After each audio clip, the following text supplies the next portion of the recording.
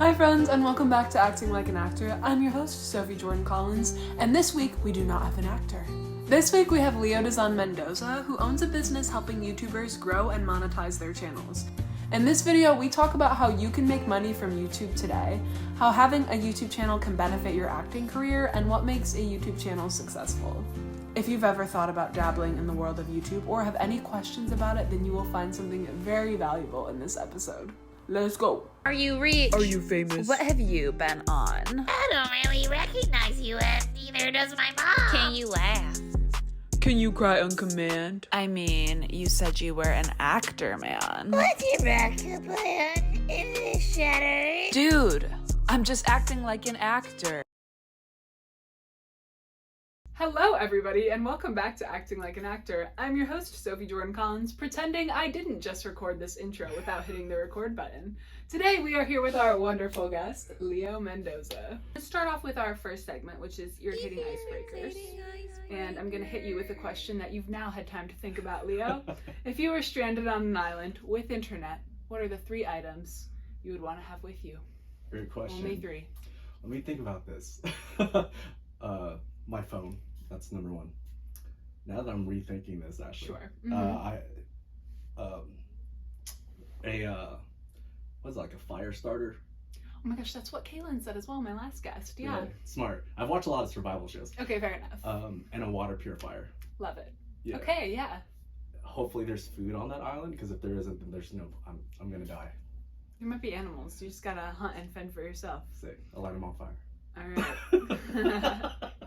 Question number 2. This one's a little deeper. What is the best piece of advice you have ever been given? Whew. I keep on wanting to say all these Christian answers because we know our background, like. Yeah, I talk about that stuff. I'm doing a lot of my guests as well. Yeah. Fair enough. Put God first. That's literally, if you do that, everything else just flows, right? Which is also connected to like listening to that voice. Yeah. Yeah. Love that. And final little question. What is the first thing you thought about this morning? Ooh. Do you remember? So I'm very like disciplined with my morning routine. I literally, the first thing I think of is I literally stretch. Okay, love. Like, what stretch am I gonna do? Yeah, okay, I love it. Honest answers. Okay, I do have a 4th question. This one is funny. We can dive into it if you want, or you don't have to. Do you have a weird LA dating story? I always like to ask people. Is there anything that just comes to your mind right away? My guilty conscience, like, I feel bad when you match on like some kind of dating app and you don't show up. Okay. Have you been the one who doesn't show up before, Leo? Yeah. Yeah. I'll be honest, I've never actually met anyone from a dating app in person. Oh. I've just like stopped myself. Okay. Yeah. So he is the weird one. I don't know. Noted. Okay, ladies, if you ever see Leo on the dating app, you know what to do. Don't even try. I feel like you'll meet people naturally doing the things you love in life. And so, yeah, I'm not worried about that. Yeah, no, I love that. Yeah. Okay, kind of moving into the meat of this episode. Leo, can you kind of describe what it is that you do? I'll have given them a backstory, but if you were to put into words what exactly you do, what would you say? Yeah, so I've been developing this like presentation of what I do. I basically classify myself as a YouTube channel developer, which basically means I own and help grow YouTube channels. Literally, that's the best way I could summarize everything. Yeah. Because I'm not a typical YouTuber, right? So for those who don't know, I have like a portfolio of 16 channels that I'm growing currently, and mostly all of them are faceless, so they don't see me. And it's actually that's a story in itself. But but I also help other people grow channels, whether having them as clients, and I actually just started like coaching people as well. So so YouTube channel developer, helping people grow channels. Yeah. And while growing my own, because that's my priority still. Yeah. Cool. Love that. Can you kind of tell us your story of how you fell into the YouTube world? Because I know you've been doing it for a long time, and it's kind of pivoted from working with huge YouTubers to smaller ones, etc., etc. Can I share? We used to work together for a channel. We won't say what channel, but yeah, side note. This all started with my cousin married this guy named Joel Solendong, and he now owns like a editing company, video editing company. Shout out to that. He used to film a lot of weddings, and when he went to California, I would be the person he asked me to film. Yeah. And I still remember the first wedding I filmed. I've never held a camera. I've never filmed anyone. And then I thought I was just gonna be the person helping carry stuff, but he was like, just pretend you're a videographer, and if anyone asks you like, how long have you been doing this? And like, oh, I've been working on it. Like basically still saying the truth, but like, yeah, just not the whole truth. That's the film industry in a nutshell, though. It's Yeah. like just kind of pretend you know what you're doing. Yeah, but you know what's crazy? There's actually a deeper philosophy in that, which is like, everyone is still figuring it out. Anyone who the biggest person you inspire to be or like look up to, one of my favorite writers is Simon Sinek. Shout out to Simon Sinek. But like, I'm sure he's watching. he might be. You never know. You're posting this on the internet, and yeah, in time, right? So I feel like by reminding yourself that everyone is still figuring it out, and no one has it all figured out, like gives you this grace to be like, figure it out along the way, and just trusting the process.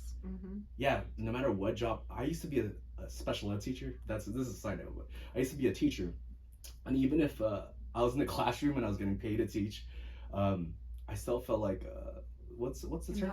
Imposter. Yeah, we all. Yeah. Yeah, and I went to school for it and everything, and that doesn't go away. I think that's just a constant. It's like the human experience. Yeah. I know. We all feel like everybody else has it figured out, and we're just the odd one out who's like not supposed to be there. I know. It's a constant mental battle.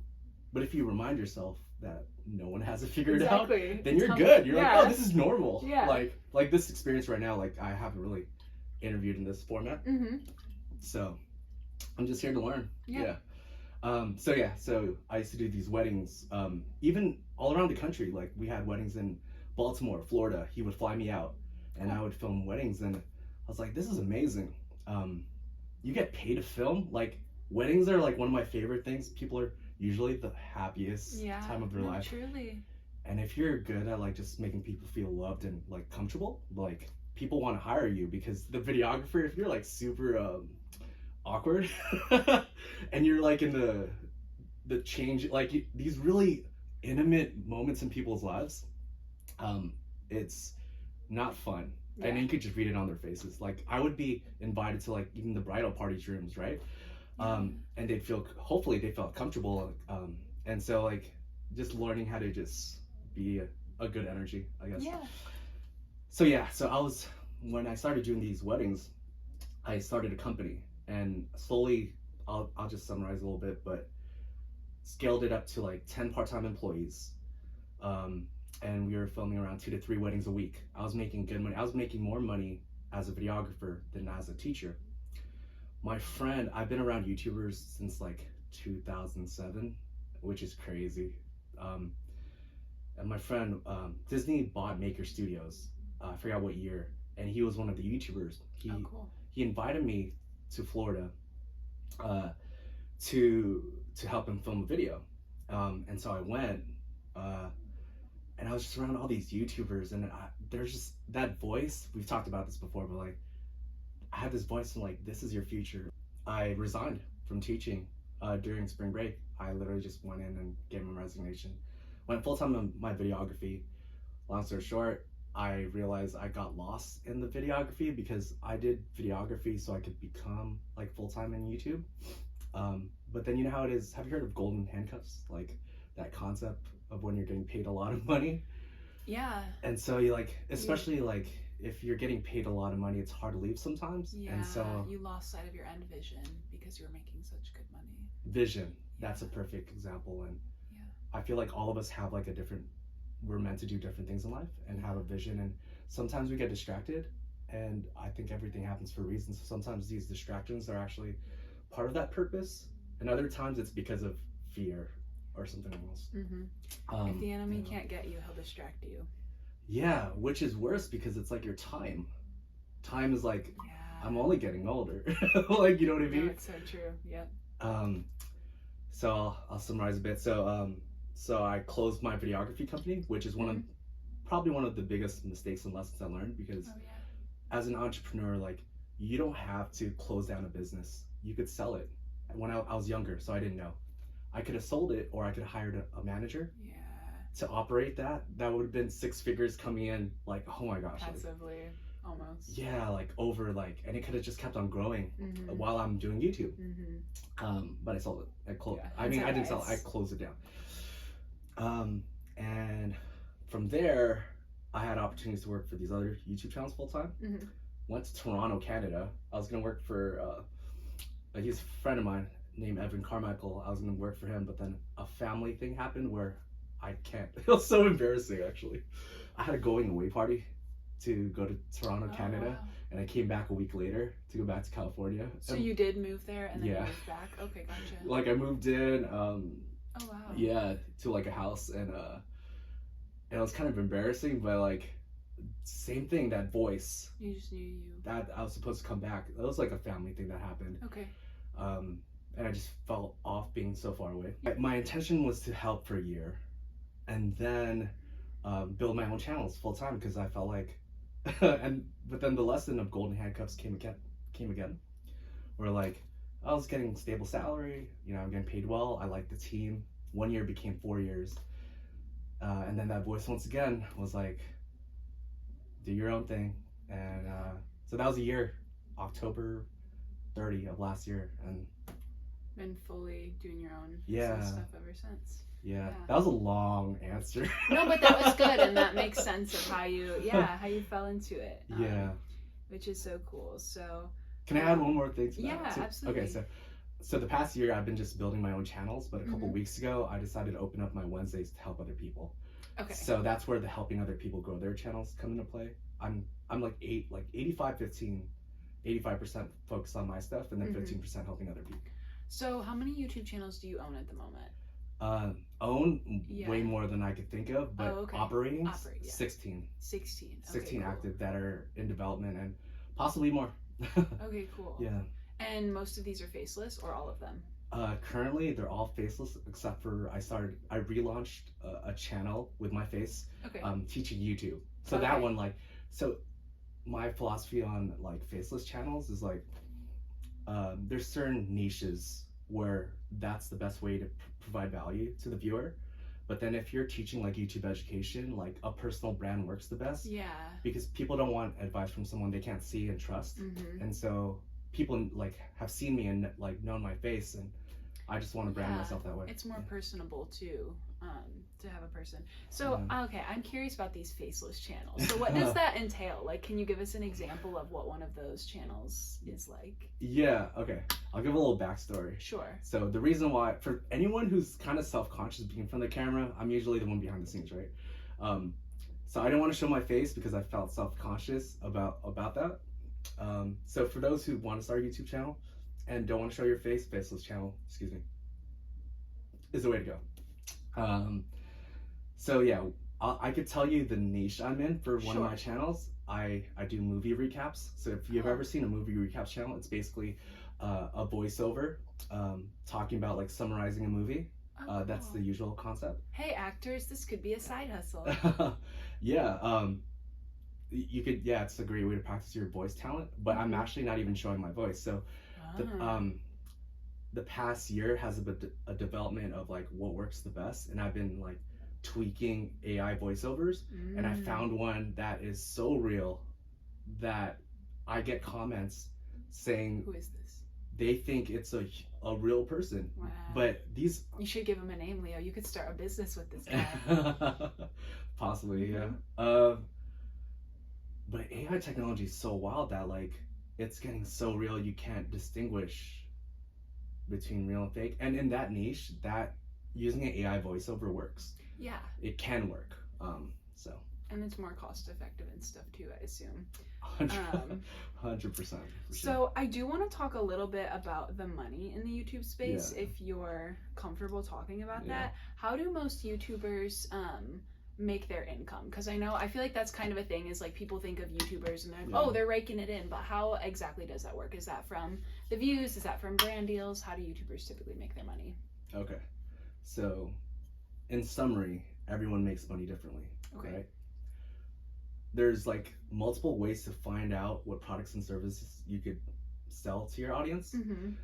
So it's really based on the type of content you're creating.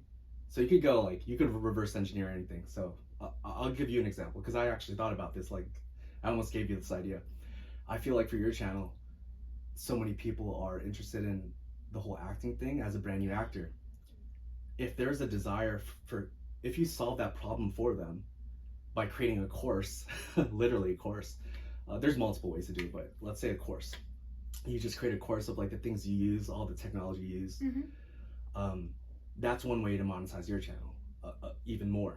And then simple as putting a link in the description, that's one way, or building an email list and then slowly cultivating that relationship and then selling that course through that email list. So every channel is completely different. Like the example I just gave you right now, I can't sell an acting course. Well, I can, but like I can't put that in my movie recaps channel. You know what I mean? Yeah. Because the audience is different. Right. So for those channels, how are you making your income? Yeah. Is it through selling courses and stuff like that, or watch time, or? Yeah. Since we already brought up the whole movie recap thing, I'll just really like elaborate on that niche. For that channel, I make AdSense. Okay. So it's actually it's monetized. So for example, let's say for that movie recaps channel, I want to create let's go back to courses. Sure. This is how you make a movie recaps YouTube channel. Okay. And this is how you like go from 0 subscribers to over 1,000 and make money on AdSense. So whatever content you're creating is evidence and proof of success solving a certain problem. Okay. Right. So it's almost like using the audience that's coming to your YouTube channel to provide them with something of more value that costs money. You're almost like leading them to a second source. Yeah. Is that what I'm hearing a little bit? Yeah. Of course, every channel is different. Like I keep on repeating, but like basically, if you understand your audience and you understand the desires of the audience, the psychology of the audience, then you could line up that desire with products and services that further. And sometimes you can help them with things that you're not even making money from. So I'll give you an example. If someone's asking some YouTube advice and like they don't need my course, right? And I always believe in the long term and karma and all these things. So like I'm not going to try to sell them a course when they don't need a course. Maybe they just need this book that's $10 that's on Amazon. Right. So it's really based on the individual viewer, and that's actually a monetization strategy I learned recently. Just like a doctor listens to, man, I feel way more comfortable now. This is cool. Thanks, Sophie. Just like a doctor, when you sit with a doctor, you just share all your problems, and then they're like, "Oh, here's the prescription. Here's what can help you," right? Yeah. And sometimes a doctor might not even recommend things that they're selling, right? They might be recommending a different doctor, and the same thing. Yeah. Right. That's what a good doctor does. Right. And I think that's the best thing for a long-term relationship with your audience. Yeah. So the more you understand your audience, the better you can help them. And sometimes helping is not actually selling products and services. Maybe it's just continually doing what you're doing at a larger volume. So for your channel, let's just elaborate, and it's become a coaching session. But, I know. But let's say you really recognize that the biggest value you're providing is helping brand new actresses or actors or just acting in general. Yeah. If that's the main thing, maybe they don't need another course or they don't need another thing. Maybe they just want to see more videos of you teaching that, maybe twice as many videos a week. And if you have enough of a video library, if you do the math, like YouTube's crazy. Like here's an example. Let's say you have 1,000 videos in your video library and each one is just making $10 a month. It doesn't seem like a lot, but when you do the math, it's 10K a month. Yeah. So if you're looking at every YouTube video is like a digital asset that's literally possibly going to make you money through AdSense or by selling products and services. And like over time too, because those stay there. I'm convinced, and you can correct me if I'm wrong, but you know how some YouTubers will like do really, really well for a certain period of time and then they'll like retire, but their old videos are still up? Yeah. Is that because those videos are still making them income if they're still getting views, right? Yeah. So it's like the ultimate form of passive income. Yeah. If you can do well on YouTube. I actually agree that YouTube videos is like digital real estate. They're literally houses that you're creating a whole village like I'm just creating it visually, but like Yeah. and then you're helping people, you're helping provide value. That's why I don't mind like creating so many channels, right? Because another strategy of having multiple channels is like just the mental health as well. We could talk about that later, but yeah, you're just creating all these revenue streams and audiences and not really so dependent on one revenue stream. Yeah, because that means what? You have 15 different sources of income from YouTube alone, let alone the other stuff you do, which is so important in today's society, especially if you're going to be a freelancer and a business owner. But I'll be honest, some of the channels are brand new, so they're not monetized through AdSense yet. I haven't shared this like strategy to. I'll give this example. Sure. So when I first started last year, like I had a channel where I was kind of doing. I wanted to see what the boundaries were for YouTube, and I was doing some provocative thumbnails, if you know what I mean. Like clickbait stuff. I basically got that channel deleted. Oh. Hey, you gotta test the water sometimes, my friend. But long-term play is always to create family-friendly content. Yeah. That's the best for your personal brand, but just brand deals, everything in general. Yeah. I was going somewhere with that. I forget where I was going. Go ahead. Okay, we're talking about provocative thumbnails. Oh yeah. So the strategy, what I learned, I really believe everything happens for a reason, and like you could use something like mistakes are just like lessons. Yeah, there are no mistakes, they're just lessons. Yeah, because how do you define what a mistake is, right? Right. If it led you to somewhere good. Yeah. So I realized like even though that channel got deleted, all I did was repackage the thumbnails because the videos were still good. I started a brand new channel, and it's actually about to be monetized with the same exact videos. Oh, that's all I did, smart. So you like, so check that out. Because I learned that every channel I have, even though I say I have 16 channels, it's really 8. I have doubles. Yeah, because you could rebrand it to target a different audience with the same videos that's a little tweaked, but it's your content, so you're not getting copyrighted, right? So it's like, and it's crazy. You could literally double your income with the same content. Yeah. That's so interesting. How good is the YouTube AdSense money? I'm curious. So if you don't do the like trying to sell people anything, if you literally just make YouTube videos and want to be kind of lazy and just make money from the ads, what does that kind of look like? It's always, everything is based on the audience. Okay. So you want to share some like terminology as well? Sure, yeah. Okay. So CPM is basically how much they're making per thousand views. Okay. But what you actually take home as a creator is called RPM. And that's always based on your audience. So for example, I'm like slowing myself down if certain things. Since I already talked about the movie recap stage. Yeah. For that specific channel, for one of the specific movie recaps channels I have, it's making like 325 RPM. So that means for 1,000 views, you're roughly getting $3.25. Okay. But for that channel, I'm actually not, even though I like the AdSense, right? High ticket items are the best way to monetize most channels, because you're not like, I don't need 1 million views. If you let's say you're selling your acting course, right? It's like a coach's test. Yeah. For every 1,000 views, let's say 1 out of that 1,000 buys your course. That's 0.001%.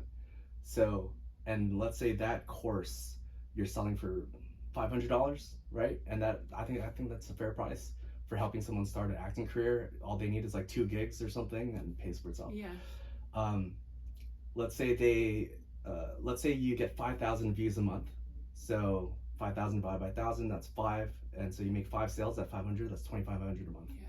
So you do that, and you do long term, 2,500 a month is not crazy, but that's just going to grow over time. And it's passive. Like you do the work one time creating this course, and then you have that revenue. Yeah. And you could also you could update it. Right, of course. Just add little modules like on top. Yeah. It's cool too, like nowadays it doesn't even have to be a course you're selling. There's like affiliate links and stuff like that with like products where you can make commission and stuff like that. So even if you're like want to make beauty YouTube videos and you put like beauty products in the description and you get people to buy those. That is really, really smart. That's so interesting. I hadn't realized most of the money was not through ads.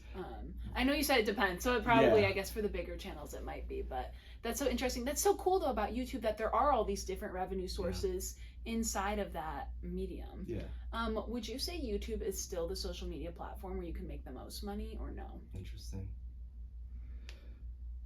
I guess it probably depends on the person and how they're approaching social media too. Exactly. Yeah. I think you can make $1 million in any platform, right? Yeah. It's really based on, I'll How you always got say it. audience. That's literally the word Yeah. for everything. Certain audiences work on certain platforms better. Mm-hmm. And also there's other ways to monetize your channel. Like for you, for acting, like when all these like casting directors see you online, like let's say you only get 100 views for the month, but then you booked a gig that made you $5,000. You know what I mean? Like, Okay, so yeah. who cares like about the Yeah. views? It's quality of views. So That it goes back is- to your intention. That's such a Yeah. good point. I have like 3,000 followers on TikTok. Yeah. I've booked 4 different acting gigs off There of you go. TikTok. I was at church on Sunday. Some girls Yeah. like, oh my gosh, I love your acting TikToks. There you Like go. it's because they're pushing it towards the right audience. Like I don't have a huge following on TikTok, Yeah. but even the people that I'm like meeting in real life, because I'm surrounded by actors in LA, Yeah. like they're pushing it towards the people that I want to be communicating with Yeah. anyway, which is so cool. You're right. So it comes down more so to like quality and finding your audience, which is so cool.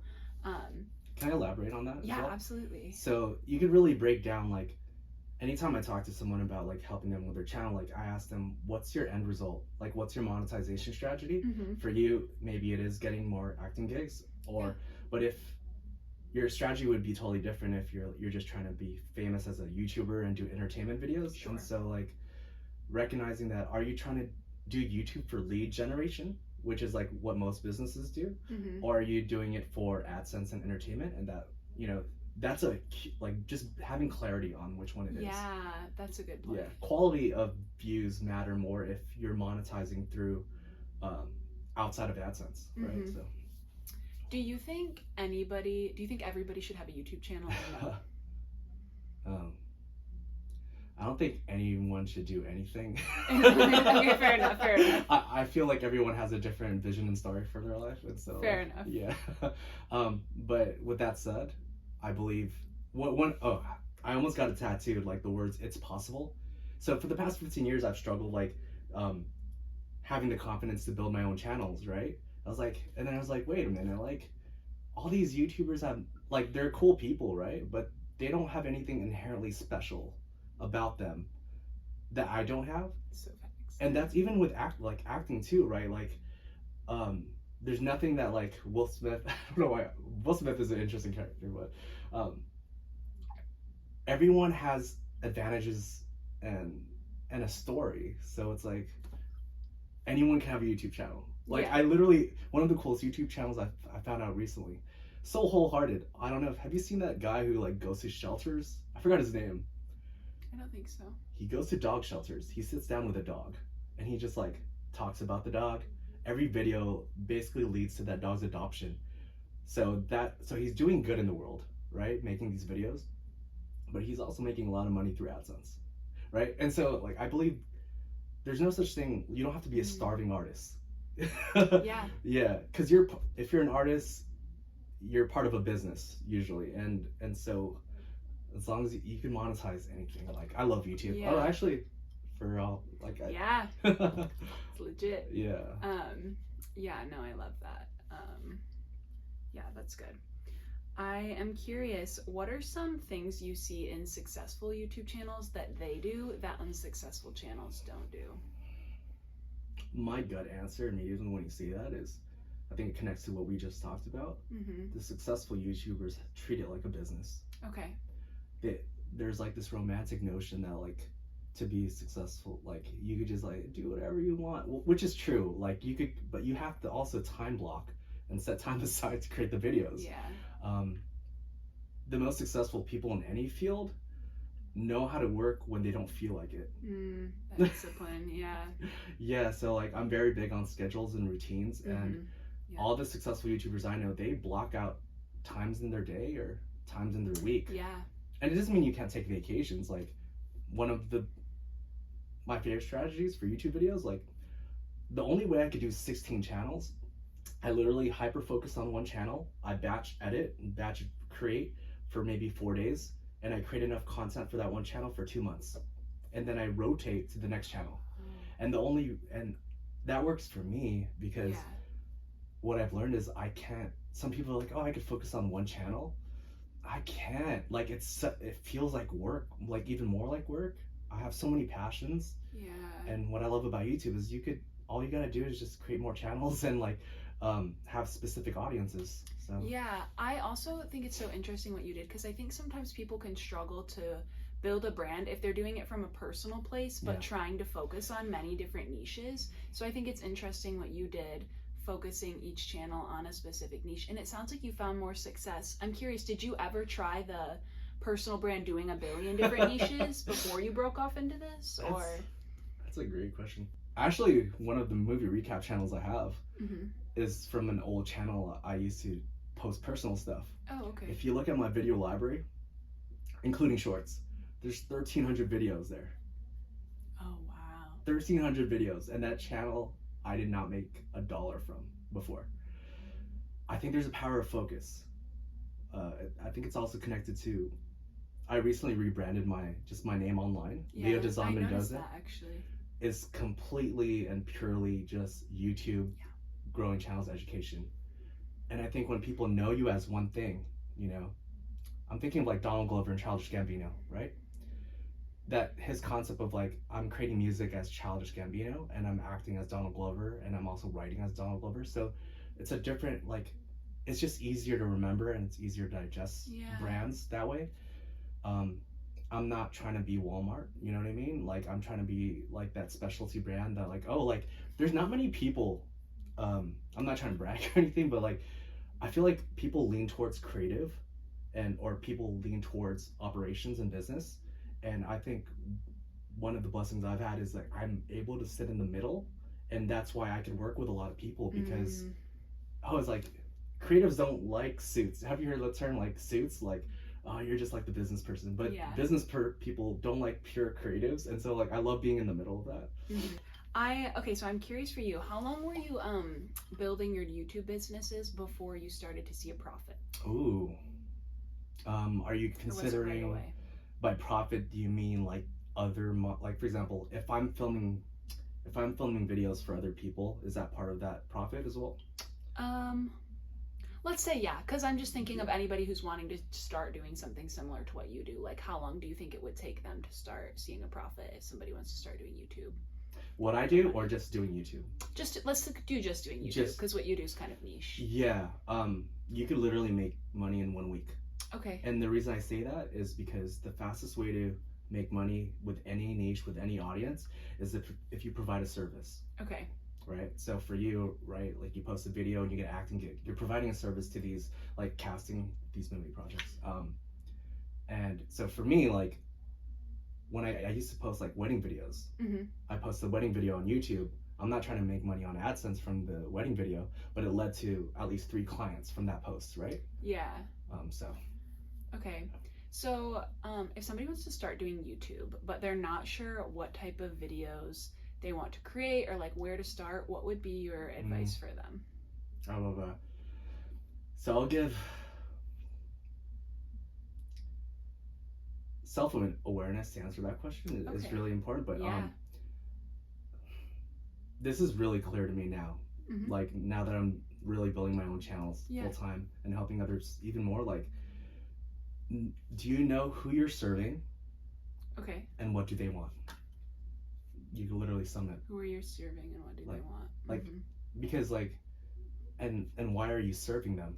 Yeah. Right? So are you trying to make them laugh? Are you trying? Yeah. Are you trying to teach something of value?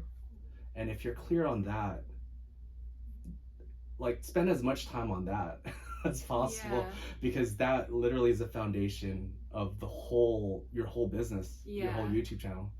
No, that's really good. And even to kind of put that into perspective for you guys, maybe, in like my situation, who am I serving? Actors. What do they want? Like, content and insights into the industry, which is kind of what I'm doing with this podcast and the content I create. Or like another example I can think of is like fitness? Like who are you serving? Like people who want to get fit, how are you serving them with like these programs or things like that? Yeah, just to kind of give you guys some ideas. Okay, I actually want to transition to asking you a little bit about you and like your business, because I think another thing I talk about a lot to actors is how building their own sort of freelance business, like how I do content as a freelance business, some sort of form of income on the side that isn't acting, so that way they're not just constantly only relying on acting because it's so inconsistent, you know? So I'm curious, you were building your businesses while you also had a full-time job. What is your advice for somebody who is trying to build a business while also doing something else? How did you manage your schedule and stuff? Love that. My gut, once again, it's time block. I want to recommend a book to everyone. It's called it's The One Thing by Gary Keller. That literally will solve a lot of answers as far as how to focus and manage your time better. But I time block a lot. But at the same time, I also want to give a side note with the one of the reasons why I couldn't work for other YouTube channels full time is because I just recognized, like, I'm not a machine. So You're like not. Well, I am gonna get that thing that Elon Musk. What is the thing he's implanting in people's brains? Yeah, I know. But I'm on the waiting list. No, not really. Going back to it was about building the business on the side, right? Yeah, exactly. And like how you managed all of that. Because let me tell you guys, like our work hours were very like 9 to 5 type hours. Like it was a full-time thing. We had Fridays off, but no, you didn't. You still kind of worked Fridays. So I still work Saturdays and Fridays. Yeah. For one, I think you just really gotta love what you do. Yeah. Because no matter how much time you have, if you actually don't enjoy what you're doing, you're gonna burn out. For sure. Yeah. Yeah, I agree. I think the first thing is just having a normal sleep schedule. And by doing that, you could wake up early. And so I worked in the morning. Okay. I worked in the morning before my full-time job at the time. Yeah.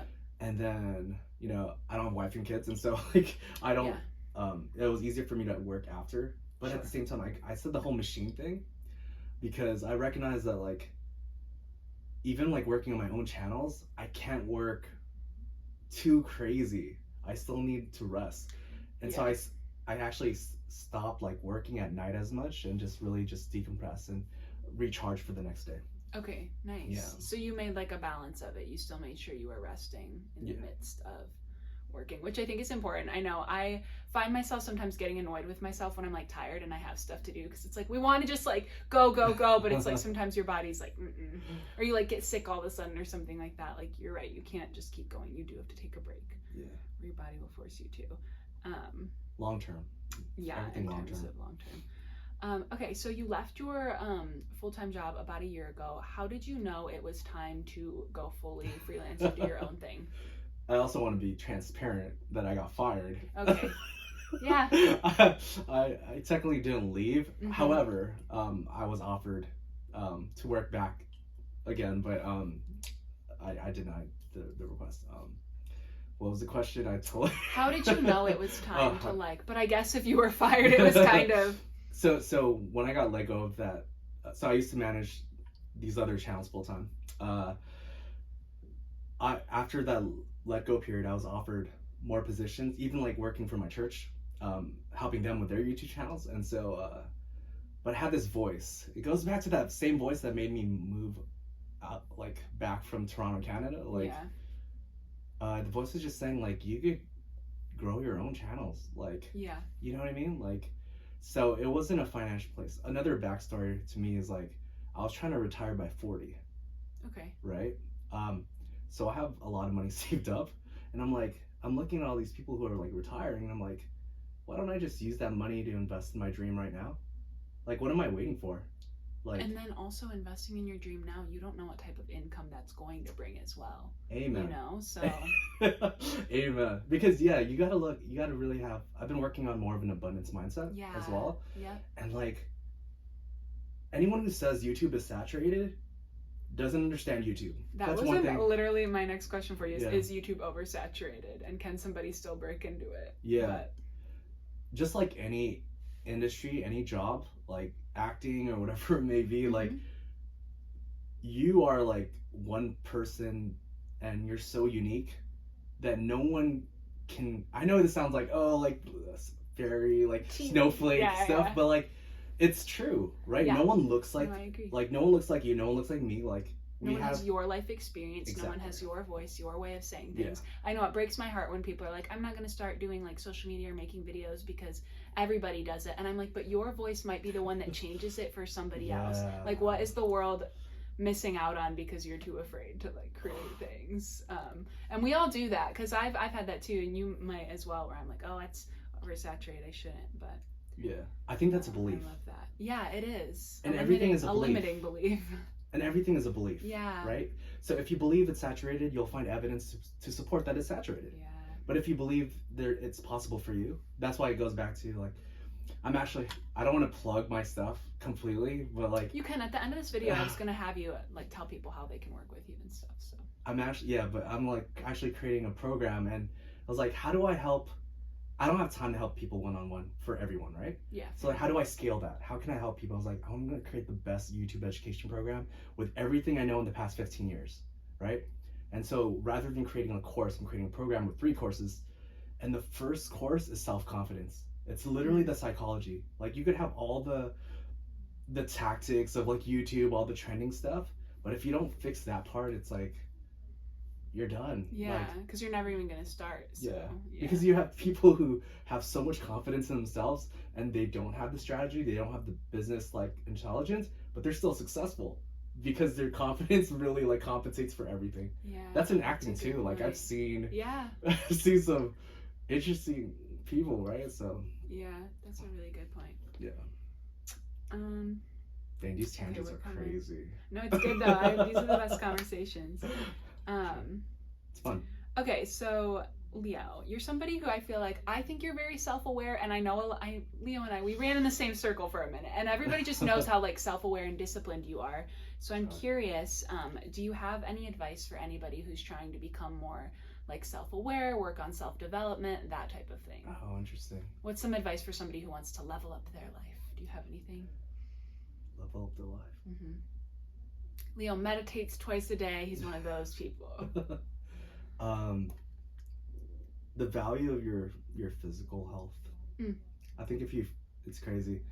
One of the reasons why I'm able to work is because I probably should watch what I'm eating more at night, but like, I fast. I'm like, I don't eat anything till like after work, 6-7 o'clock. Yes, I can attest. Again, we used to work together, and he would not eat at lunch. With the rest of us. But my gut is telling me, like, just recognizing why you want to improve in the first place, because not everything needs to be improved. Maybe it's, rather than self-awareness, it's self-acceptance. That's good, Leo, because I think sometimes we can get like really up in our heads about having the perfect routine and but you're right, sometimes it's just because going back to the whole self-consciousness of like, there's still a blessing that came from starting Faceless channels, right? Because self-awareness is great, but when it's self-awareness in the negative way and I'm self-conscious about my looks, then that's not healthy, right? So like, I'm learning how to be self-aware and just really have healthy mindsets about multiple things. Can I ask you, I'm just curious, financially, when you left your other job, are you making more money now than you were when you worked a 9-to-5 going freelance? Trying to remember. Yes, now. You are, okay. So I'll be honest, the first 7 months was a lot of learning, 7-8 months. But then it took, now like, if we start moving forward from after that point, then okay. Which, that's a good testament to like building a business, is a lot of the time when you start, you're not making, you have to stick with it for a minute before that revenue comes. So that's interesting to know. Okay. Plus, Leo. Oh, can I add one thing to that? Like, also, like, tax-wise, it's better to operate at like even and loss, so just reinvest everything. Especially like, I have money saved, so I don't need to receive an income from my business. Fair enough. Right? So like, you have to plan for that period. It's like Amazon, if I remember right, they operated at a loss for the first 10 years. Wow. And it's one of the biggest companies in the world now. So that's a good point. Okay, Leo, would you ever consider acting? So we had this conversation. We So did.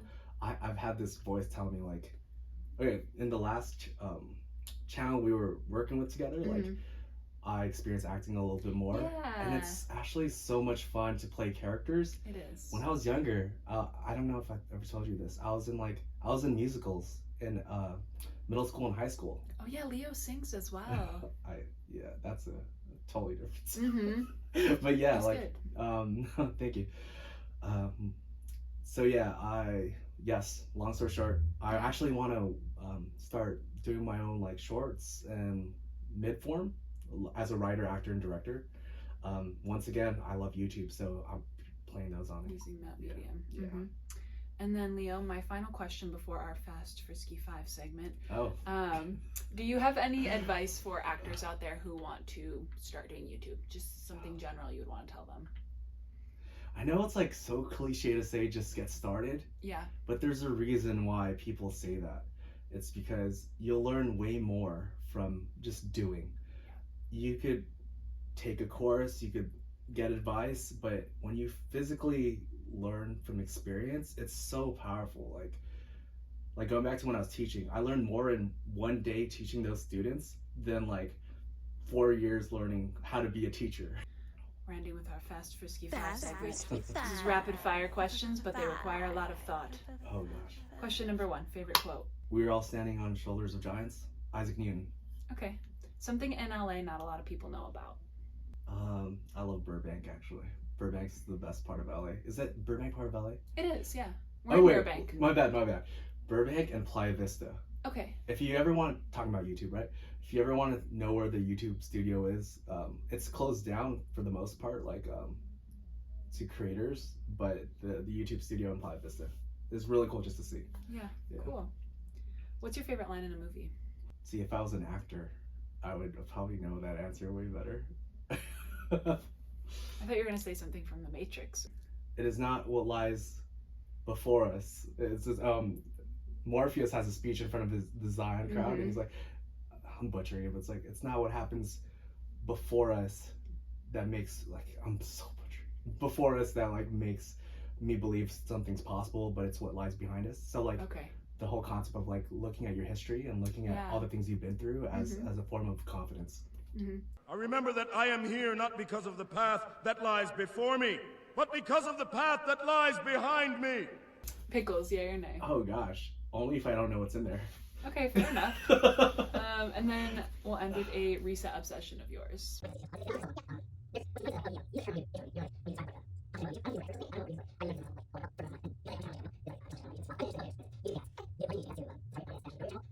Is there anything you want to leave our acting like an actor guests with? Continue to believe in yourself. Yeah. I think that's, Good advice for anybody. yeah. All right, we'll catch you next week, guys. Bye.